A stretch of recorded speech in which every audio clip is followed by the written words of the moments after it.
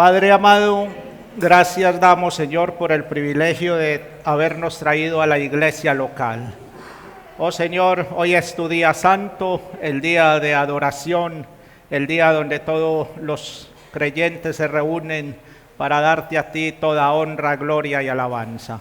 Este es el día que el Señor ha hecho, este es el día de gozo, de regocijo para todos los que hemos creído en tu santo nombre. Gracias por cada hermano que ha dispuesto su vida, su corazón para estar desde temprano en la iglesia local, para recibir la instrucción, la enseñanza de tu santa palabra. Pedimos tu dirección, tu guía de tu Santo Espíritu. Primero, Señor, que dirijas mi vida, me guíes, me uses para comunicar lo que tu santa palabra tiene para hablarnos en esta mañana. A mis hermanos que les des un corazón dispuesto, una mente receptiva y que nos permitas en tu misericordia, Señor, entender lo que tu palabra quiere hablar para cada uno de nosotros. Ponemos pues este servicio, esta reunión bajo tu dirección, bajo la guía del Santo Espíritu y lo hacemos en el nombre de nuestro Señor Jesús. Amén. Bien, amados hermanos, retomamos pues nuestra confesión, como pueden ver, la Confesión de Fe de Londres de 1689. Esta es,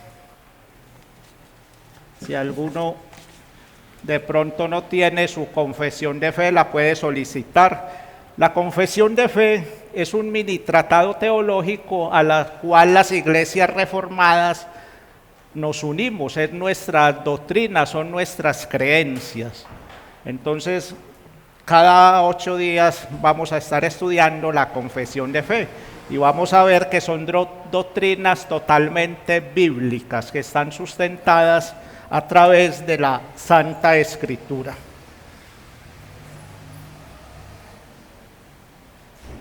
Del capítulo 3 es el tema que con la ayuda del Señor estaremos tratando hoy. Vamos a estar viendo bajo la guía del Santo Espíritu en qué consta esta doctrina del decreto de Dios y estaremos viendo pues su primera parte. Veníamos de un receso en nuestra confesión de fe. Si bien recuerdan, amados hermanos, habíamos visto antes de entrar al receso, habíamos estudiado 2 capítulos. Espero que los recuerden, aquí los vamos a tener. El primer capítulo de la confesión de fe trata de las Sagradas Escrituras.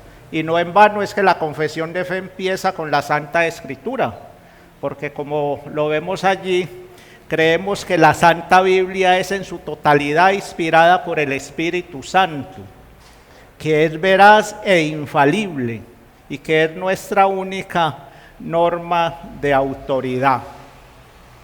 Ese fue el primer capítulo. En el segundo capítulo, nuestro hermano Cristino nos estuvo hablando de Dios y de la Santa Trinidad y estuvimos viendo sus atributos que serán muy tratados, por cierto, en esta doctrina del decreto. Mis amados hermanos, estas 2 doctrinas son fundamentales, la doctrina de la Santa Escritura y del ser de Dios. Porque si no creemos, si no creemos estas 2 doctrinas que hemos visto, que la Escritura es la palabra del Señor y Dios en su ser, pues no vamos ni a poder ni entender ni creer esta doctrina del decreto.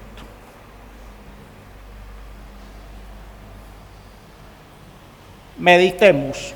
Allí, como pueden ver, tenemos un círculo grande y un círculo pequeño. Y es que quiero plasmar en sus mentes esta imagen, que meditemos en la grandeza de Dios. Así es como la doctrina del decreto nos va a hacer ver a Dios, un Dios grande, lo va a poner en el lugar que Él merece, un Dios soberano. Y el hombre pequeño, el hombre es solo una criatura. Como el pastor Sergio nos los ha enseñado, Dios está arriba, es el creador, el hombre está abajo. Cada que nos acerquemos pues a la Escritura, debemos ver a Dios grande, la criatura pequeña. Y es que es de vital importancia, hermanos, este concepto que lo formemos en nuestra mente, porque si no comprendemos que somos criaturas pequeñas, insignificantes, y que Dios nos ha creado solo con el propósito de darle gloria a Dios, caeremos en un error, y es de creernos más sabios y más justos que el mismo Dios, y nos va a llevar a cuestionar no solo su soberanía y su voluntad, sino también sus decretos. Así es que debemos ver a Dios a través de todo el estudio que vamos a realizar y de toda esta confesión de fe. Nuestro esquema del capítulo. El párrafo 1 y 2 hablan de los decretos generales de Dios y se establece la doctrina. Por lo general, cuando ustedes se acerquen a la confesión de fe, el primer párrafo, si la lección trae muchos párrafos, por lo general la lección 1 y 2 establecen la doctrina y los demás párrafos siempre la van a desarrollar. Del párrafo 3 al 6 veremos los decretos particulares, en especial la doctrina de la predestinación. El párrafo 7 de este capítulo 3 es una exhortación pastoral a cómo debemos tratar esta doctrina, pero hoy nos estaremos centrando en los párrafos 1 y 2, con la ayuda del Señor. Ahora vamos a ver, para que vamos entrando en materia, pero ¿qué es el decreto? Porque yo sé que para muchos de ustedes esto es nuevo. ¿Qué es el decreto? No se preocupen, para mí cuando empecé también en las doctrinas reformadas, también fue difícil. Así que con la bondad del Señor, vamos con su guía a entender esta doctrina. ¿Cómo lo define el Catecismo Menor de Westminster? Dice: los decretos de Dios son su propósito eterno, según el consejo de su voluntad, por lo cual para su gloria ha preordenado lo que suceda. Otra definición que se da del decreto: el decreto divino es el propósito eterno y soberano del Dios Trino, basado solo en su voluntad, según su incomprensible sabiduría y bondad, que determina todas las cosas, que determina a todas las personas, cosas, acontecimientos y relaciones fuera de sí mismo, para su gloria manifiesta en Jesucristo.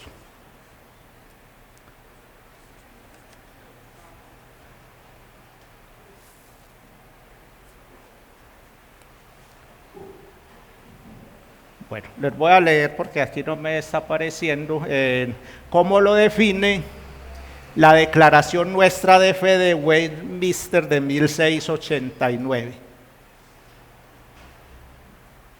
Ahí sí. Así lo define nuestra Confesión de Fe de Londres. Dios, desde toda la eternidad, por el sapientísimo y santísimo consejo de su propia voluntad, ha decretado en sí mismo, libre e inalterablemente, todas las cosas, palabra clave, todas las cosas, todo lo que sucede. Sin embargo, de tal manera que por ello Dios ni es autor del pecado, ni tiene comunión con nadie en el mismo, ni se hace violencia a la voluntad de la criatura, ni se quita la libertad o contingencia de las causas secundarias, sino que más bien las establece, en lo cual se manifiesta su sabiduría y su poder y fidelidad en llevar a cabo sus decretos. Así lo define nuestra Confesión de Fe de Londres. Muy bien, mis amados hermanos, vamos a entrar ahora a desarrollar esta doctrina del decreto. Para eso vamos a estudiar la primera parte de lo que nuestra Confesión de Fe dice. Dios, desde toda la eternidad, por el sapientísimo y santísimo consejo de su propia voluntad, ha decretado en sí mismo libre e inalterablemente todas las cosas que suceden. Lo primero que nuestra Confesión de Fe nos dice entonces es que desde toda la eternidad Dios ha decretado todo. Lo primero que tenemos es que el decreto de Dios es eterno. Es decir, no hubo un momento en que Dios decretó, el decreto existe desde que Dios es, y Dios es desde toda la eternidad, porque recordemos que nosotros somos criaturas falibles, Dios es infalible, Dios no se mueve en el tiempo como nosotros, ni en el pasado ni en el futuro, Dios vive en un eterno presente.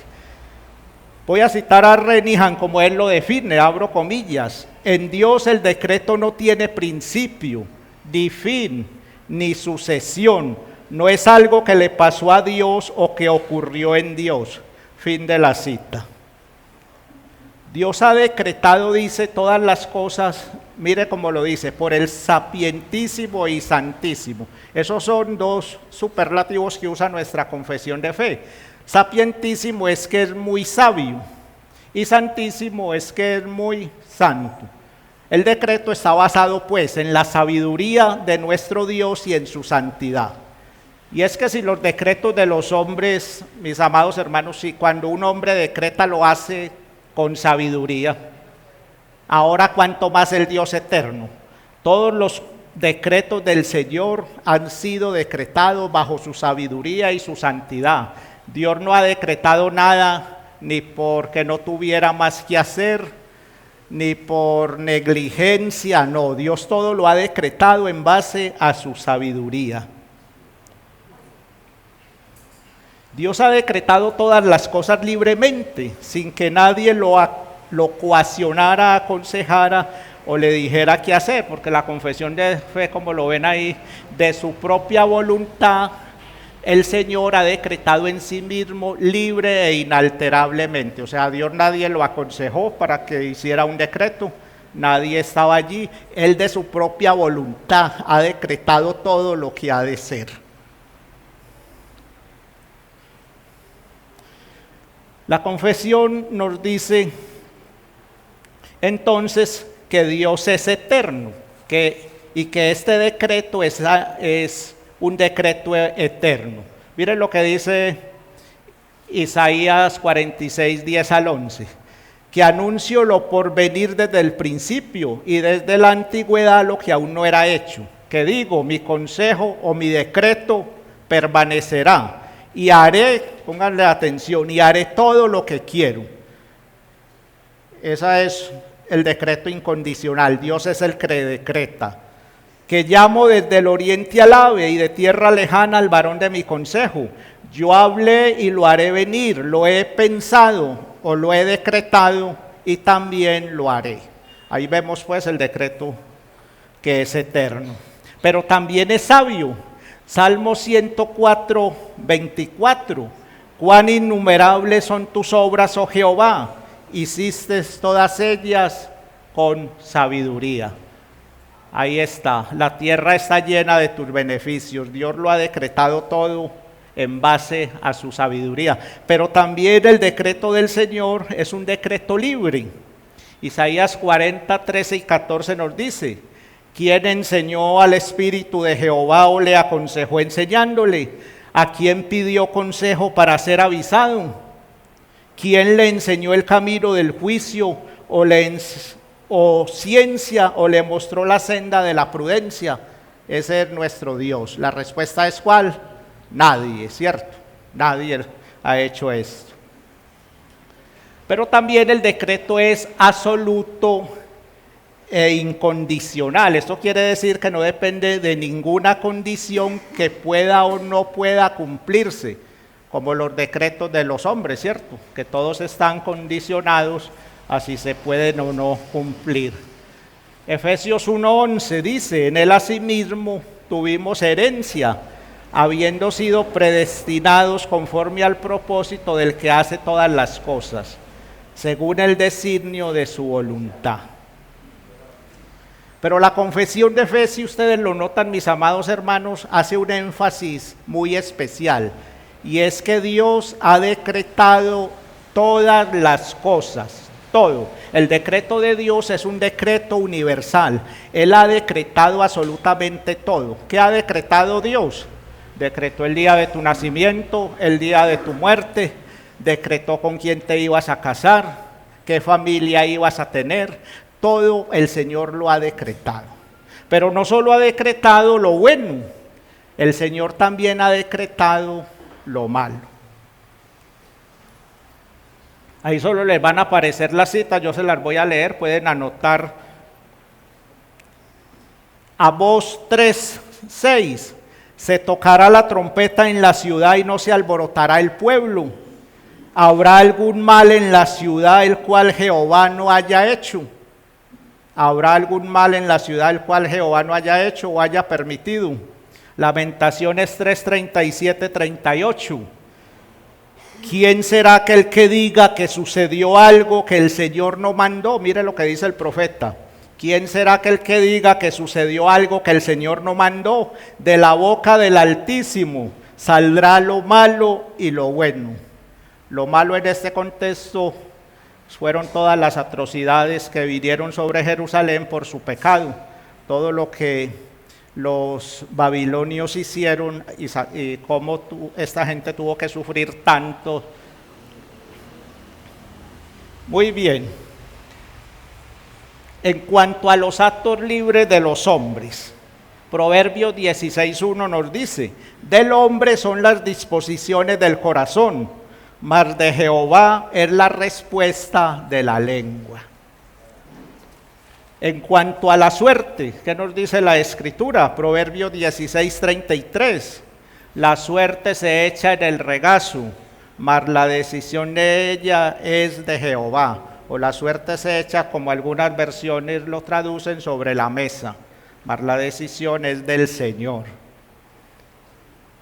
En cuanto al azar, Primera de Reyes 22, 28, 34, más o menos los pongo en el contexto de este pasaje de Reyes, que es donde el profeta Micaías le profetiza al rey acá que no descienda a una batalla porque no volverá con vida. Este rey obstinado va con el rey Josafat a la guerra y se disfraza para no ser visto, camuflado.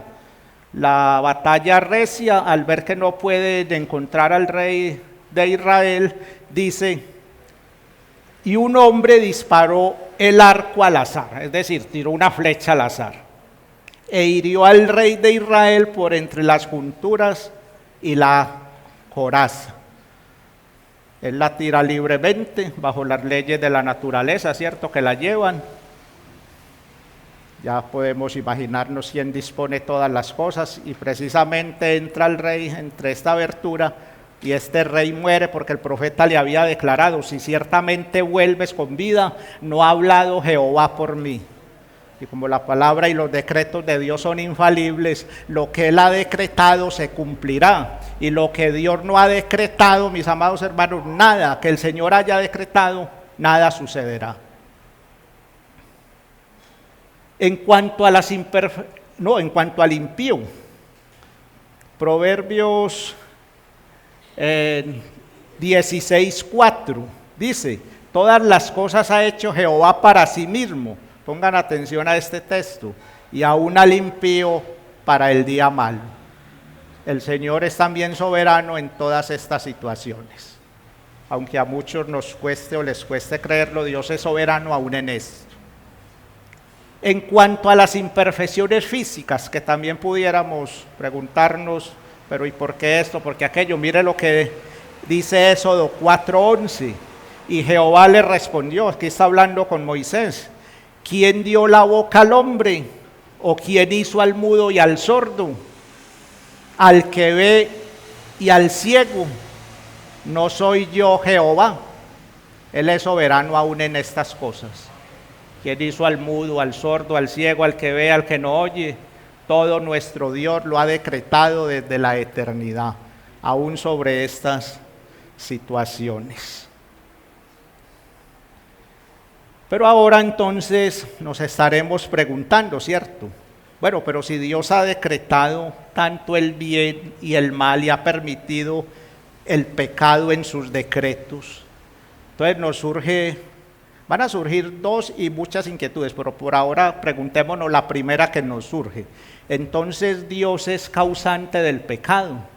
Si Él mismo ha decretado todo y lo permite, entonces es Dios mismo causante del pecado. Veamos lo que nuestra confesión de fe dice. La confesión de fe lo niega rotundamente, y las Santas Escrituras también.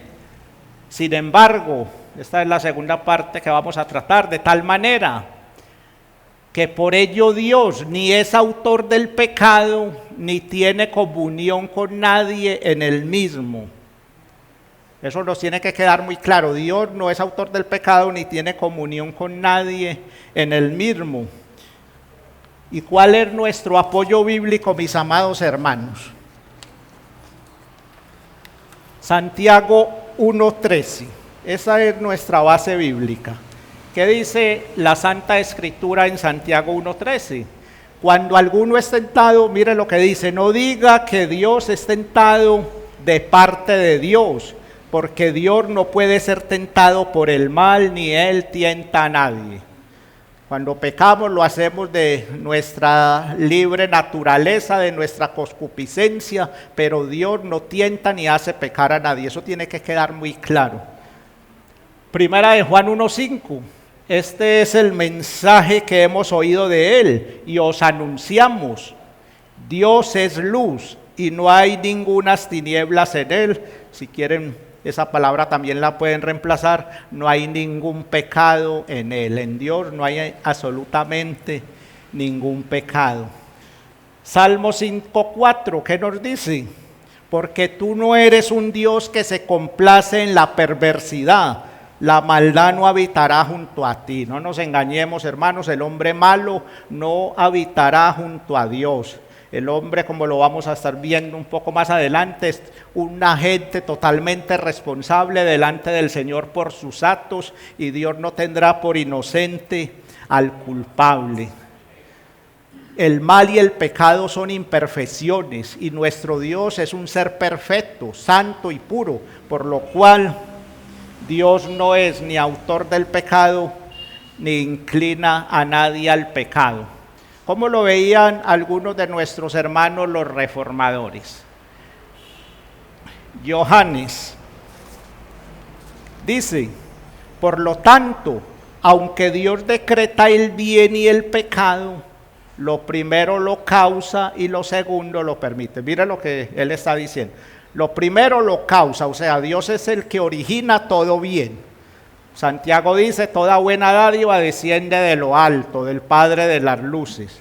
Lo segundo lo permite. Ahora, ¿qué significa que lo permite? Gerardus explica esto. Dice al respecto que Dios decretó que pecados específicos ciertamente tomarían lugar, pero Él los decretó como algo inherentemente desagradable para Él, porque Él permanece absolutamente santo y libre de cualquier maldad.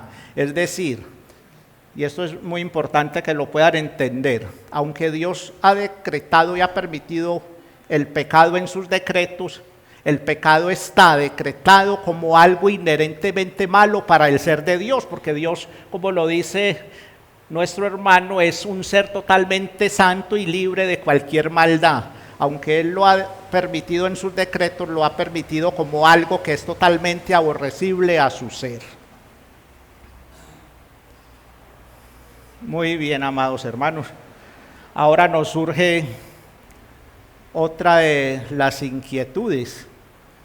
Pero si Dios lo ha decretado todo, si Él todo lo ha dispuesto, si todo ya está en su soberanía, entonces podemos preguntarnos, como sé que muchos no lo estamos haciendo ahora, ¿no destruye esto la libertad, la responsabilidad y la importancia de la voluntad del hombre? Entonces pudiéramos preguntarnos, ¿somos simplemente maniquís, robots, marionetas en manos del Señor? Pues leamos lo que nuestra confesión de fe nos dice, que lo niega rotundamente. La declaración que se hace es: ni se hace violencia a la voluntad de la criatura, ni se quita libertad o contingencia. Vamos a ver, ahorita vamos a estar explicando más lo de esa segunda parte. Por ahora nos vamos a centrar en que ni se hace violencia a la voluntad de la criatura, ni se quita la libertad.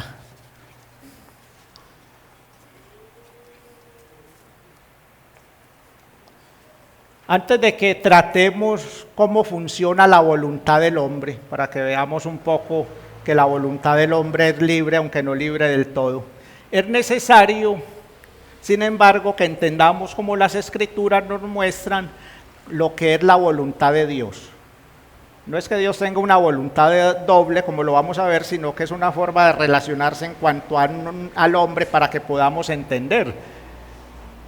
Y los invito para que abran sus Biblias en Deuteronomio 29:29. ¿Qué dice la palabra allí? Dice: las cosas secretas pertenecen a Jehová nuestro Dios, pero las reveladas a nosotros y a nuestros hijos para siempre.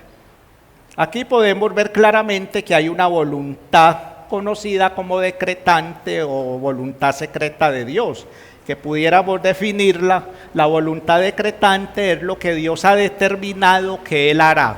Así es que debemos entender su voluntad secreta. Dios ha determinado lo que Él hará. Pero también se nos dice que hay algunas cosas que son dadas al hombre, ¿cierto? Que son reveladas. Esto se conoce, como lo pueden ver en pantalla, la voluntad prescriptiva o revelada de Dios, que la podemos ver en su Santa Escritura y en especial en la ley moral de Dios. Y una definición que se da es que es la forma en que Dios espera que el hombre actúe o se comporte conforme a esa voluntad que Él ha revelado. O sea, es la forma en que Dios espera que el hombre se comporte de acuerdo a lo que Él ha mandado. Ahora les pregunto, ¿la voluntad revelada puede ser violada por el hombre o no? ¿Qué creen? ¿Quién dice que sí? Mi esposa, él dice que no. ¿La voluntad revelada puede ser violada? Pues claro que sí. Él manda, por ejemplo, no adulterarás. No quebrantamos esa ley nosotros. Él dice, no hurtarás, no hurta el hombre. La voluntad revelada de Dios puede ser violada por el hombre. No codiciarás, no codiciamos. Ahora les hago otra pregunta. ¿La voluntad secreta de Dios puede ser violada por el hombre? ¿Quién dice que sí? Ninguno. Pues no, muy bien. La voluntad secreta de Dios no puede ser violada por el hombre, porque recuerden, lo que Dios ha decretado se hará, y nada que Dios no haya decretado se cumplirá. Muy bien, mis amados hermanos.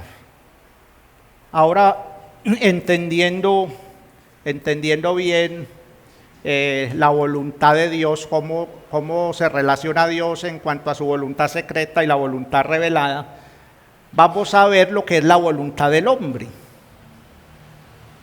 Y antes de pasar a explicar cómo funciona esta voluntad del hombre, les voy a hacer una pregunta. ¿Quién es el único ser verdaderamente libre en el universo? ¿Quién es el único ser verdaderamente libre? Dios. Ahora, como es totalmente libre, diríamos que Dios puede hacer lo que Él quiera. ¿Puede hacer Dios lo que Él quiera? Claro que sí. Pues bien, los invito para que leamos entonces Números 23:19. Tal vez ahí no aparece, pero aquí lo tengo. Se los leo. Dios no es hombre para que mienta, ni hijo de hombre para que se arrepienta.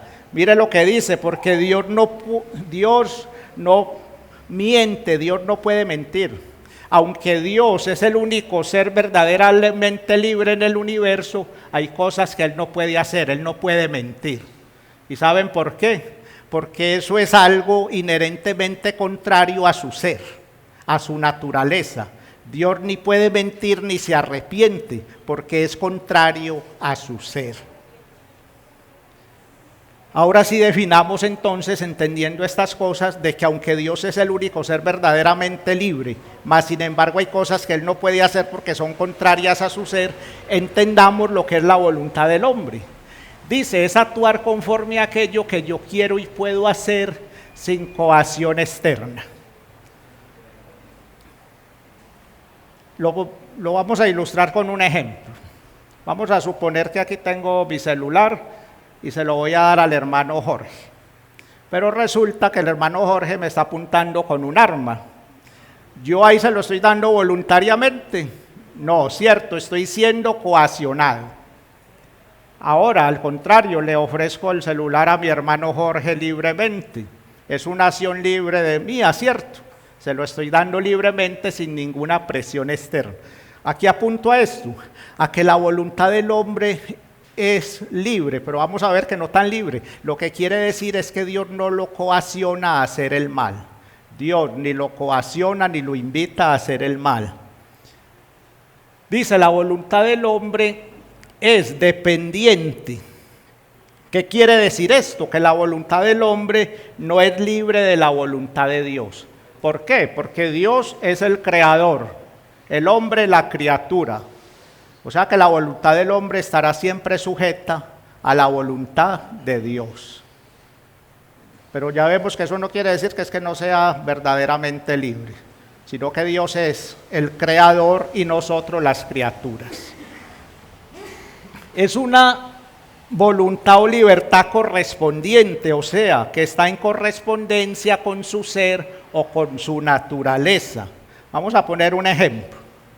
Resulta que alguien le da por tirarse de un edificio porque él dice, soy libre, mi voluntad es libre y yo voy a tirarme y voy a volar. Pregunta, ¿qué pasa con ese hombre? Se mata, pero ¿y por qué? Si él quiere volar. Eso no está en correspondencia con nuestra naturaleza, ¿cierto? El Señor le ha dado eso a las aves, ellas pueden volar libremente. O sea, la voluntad del hombre es en correspondencia con su ser. Pero también es una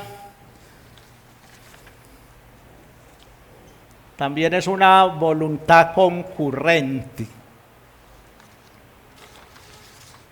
¿Qué quiere decir esto, mis amados hermanos? Que es una voluntad concurrente, que mientras el hombre hace su voluntad, Dios hace la de él. Esto quiere decir, o sea, que la voluntad del hombre corre a un lado, pero la de Dios al otro. Pero alguien dirá, pero es que yo hago mi voluntad. Y contestaríamos, sí, pero Dios hace la de él. Y eso enseguida lo vamos a ver mejor con unos ejemplos. La otra parte del párrafo, que ahí no lo tienen, pero se los voy a leer.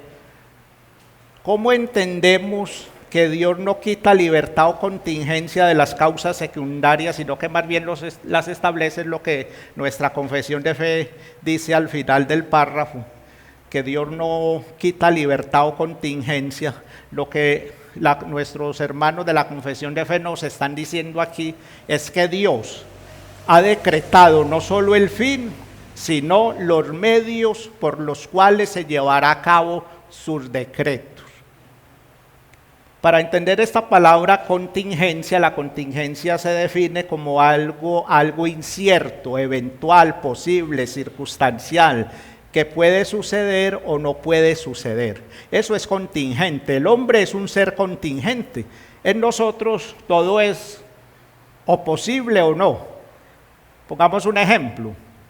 Iré al cumpleaños de nuestra hermana Duermari, pero si no está lloviendo. Si llueve, entonces no iré. Vendré a la iglesia y es mi disposición, pero si no amanezco enfermo. O sea, eso es contingencia. Vamos a mirarlo bien con un ejemplo para que con uno o dos ejemplos nos quede claro este panorama de lo que el Señor quiere decir. Que Él ni quita libertad ni contingencia a las causas, cuando dice ahí que a las causas secundarias. Esto es importante que lo entendamos. Dios es la causa primera, pero sin ser causado por nada. Y el hombre, todas las criaturas, cuando se hable de causa secundaria, se refiere a eso, al hombre y a todas las criaturas. Génesis 50, 18 al 20. Dice: vinieron también sus hermanos y se postraron delante de él y dijeron: henos aquí por siervos tuyos. Y le respondió José: no temáis, ¿acaso estoy yo en lugar de Dios? Vosotros pensasteis mal contra mí, mas Dios lo encaminó a bien para hacer lo que vemos hoy, para mantener en vida a mucho pueblo. Conocemos la historia. Los hermanos de José han venido teniendo cierto recelo con él, vienen maquinando cierta maldad hasta el punto de que cuando José va a visitarlos a llevarles algunos alimentos, la historia nos dice que ellos pensaron ¿qué fue lo que pensaron hacer con él? Matarlo. O sea, ellos empiezan a maquinar de su propio corazón el mal. Ahora les hago una pregunta. Según lo que hemos visto, según el decreto de Dios que tenía para José, sus hermanos le podían dar muerte. No, ¿cierto? ¿Por qué? Porque Dios había decretado poner a José como segundo en Egipto, al mando de Faraón. Pero aunque Dios no quita esta libertad o contingencia, ellos planean entonces venderlo. Mire cómo ellos van obrando de su propia naturaleza el mal. ¿Dios los incita a pecar, a hacer esta maldad? No, ellos lo hacen libremente. Mientras ellos hacen su voluntad, ¿qué hace Dios? La de Él. Mientras ellos van haciendo su voluntad, Dios va haciendo la de Él, para que finalmente José vaya a dar a Egipto. Así lo comenta uno de nuestros hermanos reformados. No es esta una afirmación de que Dios sacó el bien del mal que no planeó. O sea, no es que Dios no haya planeado eso. No, más bien significa que los pecadores planearon el mal, pero Dios planificó su mal para bien. Todo ese mal que los hermanos de José, porque mire lo que dice José: vosotros pensasteis mal contra mí. Es decir, ustedes obraron perversamente. Ellos pueden decir, no, es que Dios me empujó a hacer eso.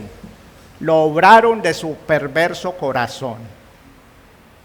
Pero aún así cumplieron los planes del Señor.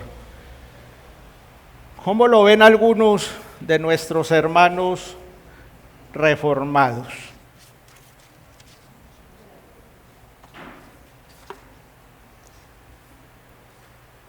¿Cómo puede Dios decretar el pecado y a la vez permanecer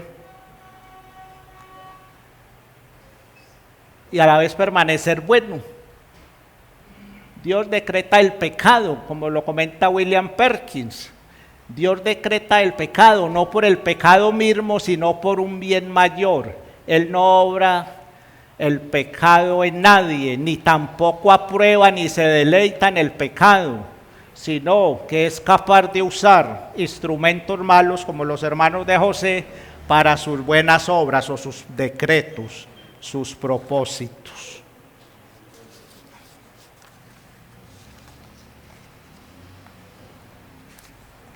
¿Qué podemos concluir? Porque el tiempo va avanzando de este primer párrafo, mis amados hermanos. Nos tiene que quedar muy claro algunas situaciones.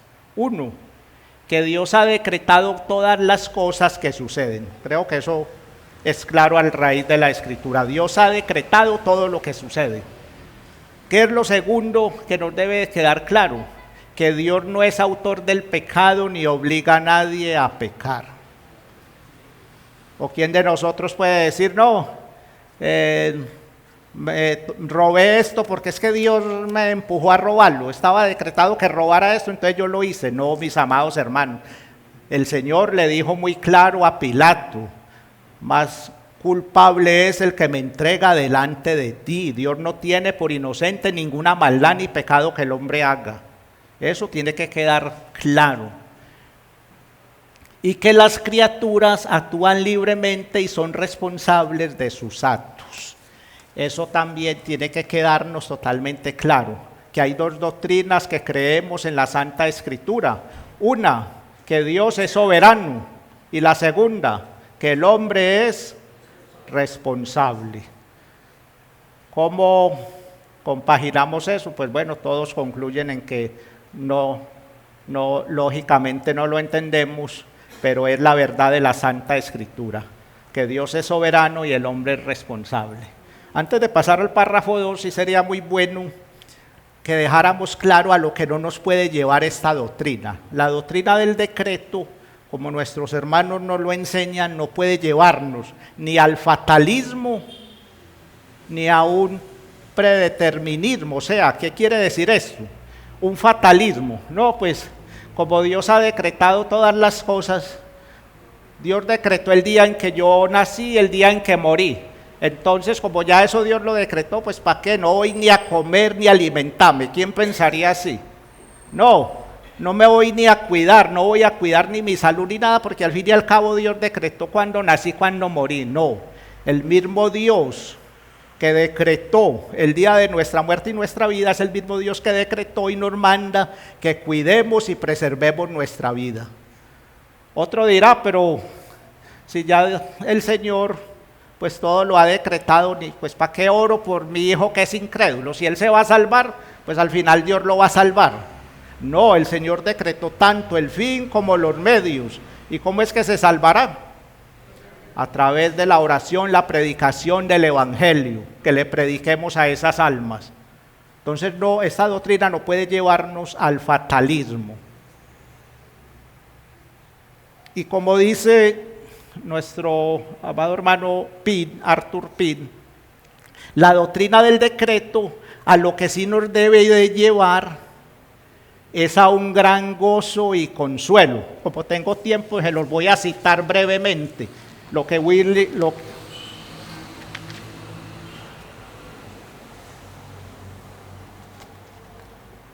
Mire cómo lo define Arthur Pink. Nada relacionado con el futuro es de ningún modo incierto en lo que respecta al cumplimiento de los consejos de Dios. Ninguno de sus decretos queda subordinado a las criaturas ni a causas secundarias. No, espérenme, mis amados hermanos, que ese no es.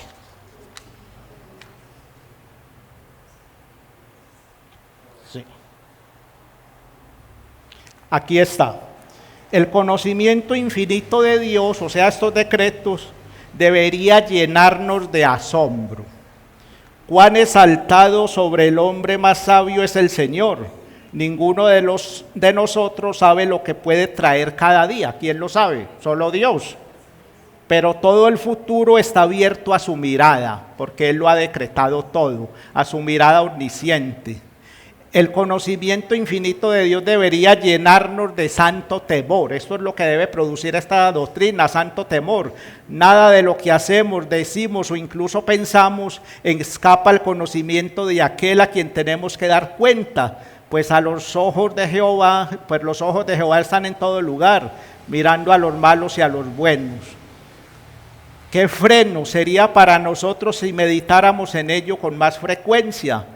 En lugar de actuar imprudentemente, deberíamos de decir, tú eres el Dios que ve, el Dios que lo ha causado todo. Si Dios lo ha decretado todo, esa doctrina nos debe de llenar de gozo, porque sabemos, como dice Romanos, que a los que aman a Dios, todo ayuda bien. Entonces todo lo que el Señor ha decretado es para bien.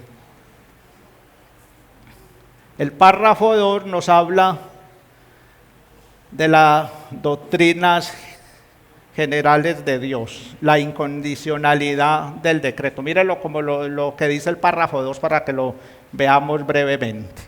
Aunque Dios sabe todo lo que pudiera o puede pasar en todas las condiciones que se pueden suponer, sin embargo nada ha decretado porque lo previera como futuro o como aquello que había de suceder en dichas condiciones.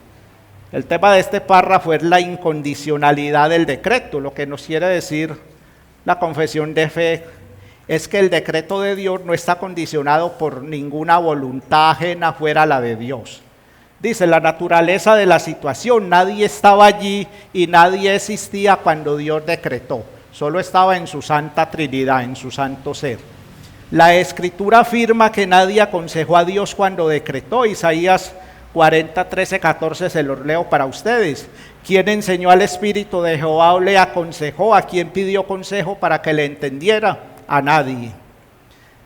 Lo que el párrafo nos quiere entonces decir es, mire que dice, que él no decretó nada porque lo pudiera prever como futuro. Algunos dicen, no, Dios decretó porque vio en el futuro las cosas que iban a suceder y entonces decretó. Esto no sería un decreto, sino una previsión. Se los voy a poner con un ejemplo. El Dios en la eternidad había decretado la muerte de su Hijo.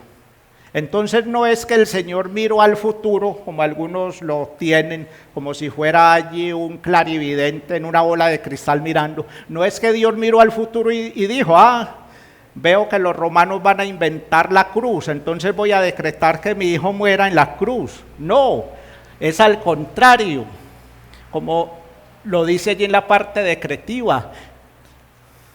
Dios decreta lo que va a suceder. El conocimiento no es anterior a su decreto. Las cosas suceden porque es la voluntad de Dios que sucedan.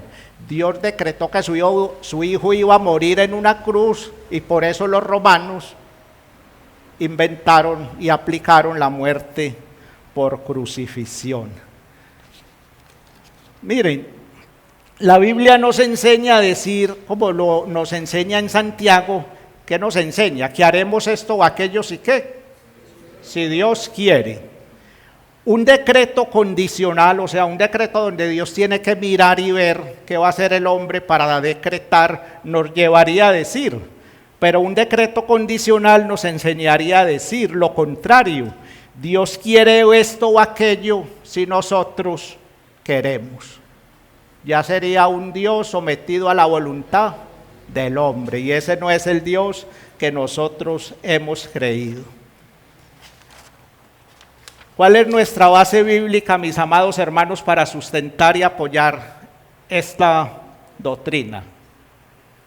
Romanos 9, 11 al 13 dice, pues aún no habían nacido ni habían hecho, mire lo que dice, no habían ¿qué? Hecho, ni aún, ni bien, ni mal.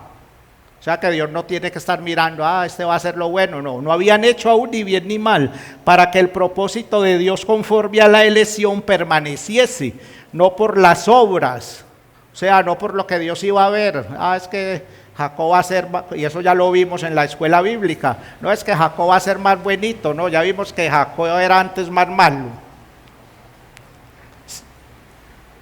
sino por el que llama, se le dijo, el mayor servirá al menor, como está escrito, a Jacob amé, mas a Esaú aborrecí. Y en el 18 dice muy claro, no depende del que quiere ni del que corre, sino de Dios que tiene misericordia. Entonces el decreto de Dios es incondicional. Dios no tiene que mirar al futuro para mirar a ver qué es lo que vamos a hacer o no vamos a hacer. Las cosas suceden porque Dios las decretó. Así es. ¿Qué podemos concluir, mis amados hermanos, para que podamos pasar al tiempo de preguntas de este párrafo? ¿Qué podemos concluir? Que Dios decretó todas las cosas, no porque las conociera previamente, sino que Dios conoce todas las cosas previamente. ¿Por qué? Porque Él mismo las ha decretado. Él es el Dios todopoderoso, omnisciente. Dios no aprende. O sea, decir que Dios tiene que mirar para tomar una decisión, es decir que Dios no sabe, que Dios tiene que ir aprendiendo. Y Dios es un ser omnisciente, todo lo sabe, todo lo puede. Oremos, mis amados hermanos, para que... Padre amado, gracias te damos, bendito Señor, por la clase de estudio de la confesión de fe. Nos queda claro que tú eres el Dios que ha decretado todas las cosas. No tienes que pedir permiso a ningún hombre, a ninguna criatura, pues mi consejo permanecerá, dice la santa palabra. Tú eres el Dios que tiene un fin, un propósito determinado y se cumplirá por encima de cualquier voluntad del hombre. Oramos pues, dando gracias a ti, poniéndonos en tus manos. Lo hacemos todo, Señor, para tu gloria, pues todo lo has decretado es para gloria tuya. En el nombre de nuestro Señor Jesús. Amén.